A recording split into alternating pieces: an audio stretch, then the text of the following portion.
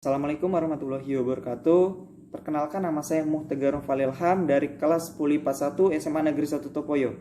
Pada kesempatan kali ini saya akan mengerjakan tugas fisika yang telah diberikan ibu guru kepada saya. Yang pertama yaitu macam-macam gaya pada benda, yaitu gaya berat, gaya normal, gaya tegangan tali, gaya gesek, dan gaya sentripetal. Oke, kita langsung masuk yang pertama yaitu gaya berat. Gaya berat adalah gaya gravitasi yang bekerja pada benda bermassa. Simbol gaya berat yaitu W dan dirumuskan W sama dengan massa dikali gravitasi dengan keterangan W sama dengan gaya berat atau N, M sama dengan massa benda atau kilogram, dan G sama dengan gravitasi bumi atau massa per second kuadrat.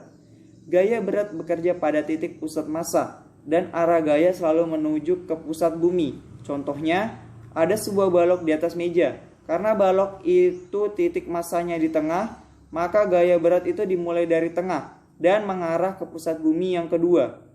Walaupun baloknya miring, maka gaya berat pun tetap harus mengarah ke pusat bumi, yaitu ke bawah. Yang kedua yaitu gaya normal. Gaya normal adalah gaya reaksi akibat benda yang menekan bidang dengan simbol N atau normal. Arah gaya normal selalu tegak lurus bidangnya. Gaya normal didefinisikan sebagai gaya sentuh suatu bidang permukaan terhadap benda yang menempel atau menekan pada bidang tersebut. Secara matematis, gaya normal tidak dapat ditulis secara tetap, karena besarnya gaya normal tergantung pada posisi dan keadaan benda serta bidangnya. Yang ketiga yaitu gaya tegangan tali. Gaya tegangan tali didefinisikan sebagai gaya yang ditimbulkan oleh tali untuk menarik dan menahan benda. Seperti halnya gaya normal, gaya tali tidak memiliki persamaan yang tetap karena besarnya gaya tali tergantung pada posisi tali ketika menarik atau menahan benda.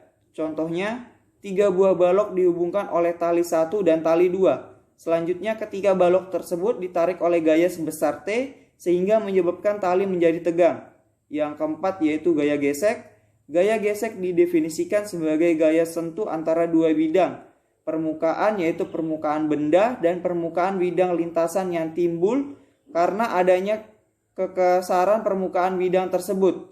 Arah gaya gesek selalu berlawanan dengan arah gerak benda. Ada 2 macam gaya gesek, yaitu yang pertama gaya gesek statis, yaitu gaya gesek yang dialami oleh sebuah benda pada saat benda tersebut tepat akan bergerak. Yang kedua yaitu gaya gesek kinetis, yaitu gaya gerak yang dialami oleh sebuah benda pada saat benda tersebut bergerak relatif terhadap lintasan.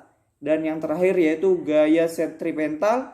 Gaya sentripetal adalah gaya yang terjadi pada benda yang bergerak melingkar. Arah percepatan sentripetal selalu menuju pusat lingkaran atau tegak lurus dengan vektor kecepatan. Persamaan gaya sentripetal, Fs sama dengan mv kuadrat per r sama dengan m dikali w kuadrat, r dengan keterangan Fs sama dengan gaya sentripetal atau N, m sama dengan massa benda atau kilogram, v sama dengan kecepatan linear atau meter per second, r sama dengan jari-jari lingkaran atau meter, w sama dengan kecepatan sudut atau rad per second. Dan soal yang nomor 2, analisis masalah dinamika partikel, yaitu gerak melingkar variabel, ayunan konis, benda-benda yang dihubungkan melalui katrol, dan berat benda di dalam lift.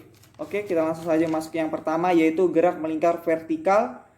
Contohnya sebuah batu yang diikat dengan seutas tali, kemudian diputar secara vertikal. Pada saat benda berada di titik terendah, tegangan tali yang kita rasakan cukup besar. Namun seiring benda bergerak melingkar ke atas, tegangan tali yang kita rasakan semakin lama semakin kecil, dan puncaknya ketika benda mencapai titik tinggi, tegangan tali hampir tidak kita rasakan sama sekali. Yang kedua yaitu ayunan konis, adalah putaran sebuah benda yang diikat pada seutas tali. Ujung atas tali diikat pada suatu titik tetap dan benda diputar mengitari permukaan bentuk kerucut. Ayunan konis disebut ayunan kerucut karena bentuknya seperti bangun ruang kerucut. Dan yang ketiga yaitu benda-benda yang dihubungkan dengan katrol. Konsep gerak benda pada sistem katrol pada dasarnya sama dengan konsep gerak benda yang dihubungkan di tali di bidang datar. Dan yang terakhir yaitu berat benda dalam lift. Ketika kita berada di dalam lift yang bergerak naik, badan kita akan terasa berat. Namun sebaliknya, pada saat lift bergerak turun, badan kita akan terasa lebih ringan. Sekian dari saya, kurang lebihnya mohon dimaafkan. Saya akhiri. Wassalamualaikum warahmatullahi wabarakatuh.